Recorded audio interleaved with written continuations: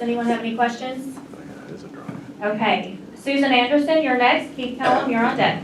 Oh my goodness, how do I follow that? So, I'm definitely not a public speaker, and everything, all of the issues have been addressed regarding the filing in that, and I have to agree, I hold a number of professional licenses and certifications, and that responsibility always fell upon me to know what was required to fill that vocation or those positions. Also, with regarding where it says a request for review, where 3 times in the request it said that the county officials and justices of the peace were denied.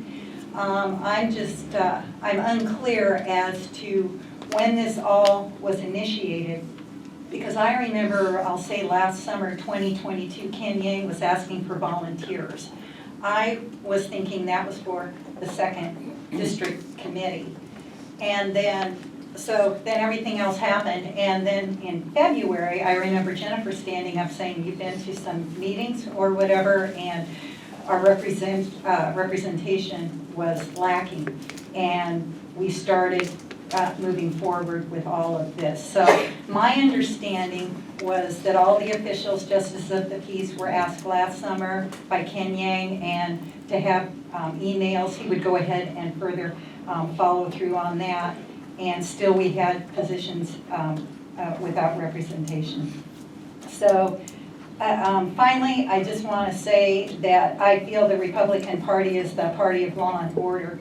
With law and order, I feel comes integrity, and along with values and virtues.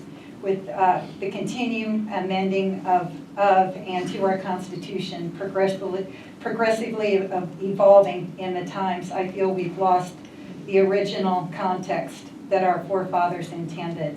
So especially in the last 28, 29 months, our representation that I have given money toward and was told that they would respect our values and our votes, I find them voting opposite on the omnibus bill, the debt ceiling, and now just recently, within 72 hours ago, Representative Womack voting in favor of Adam Schiff. So I feel this is truly remarkable.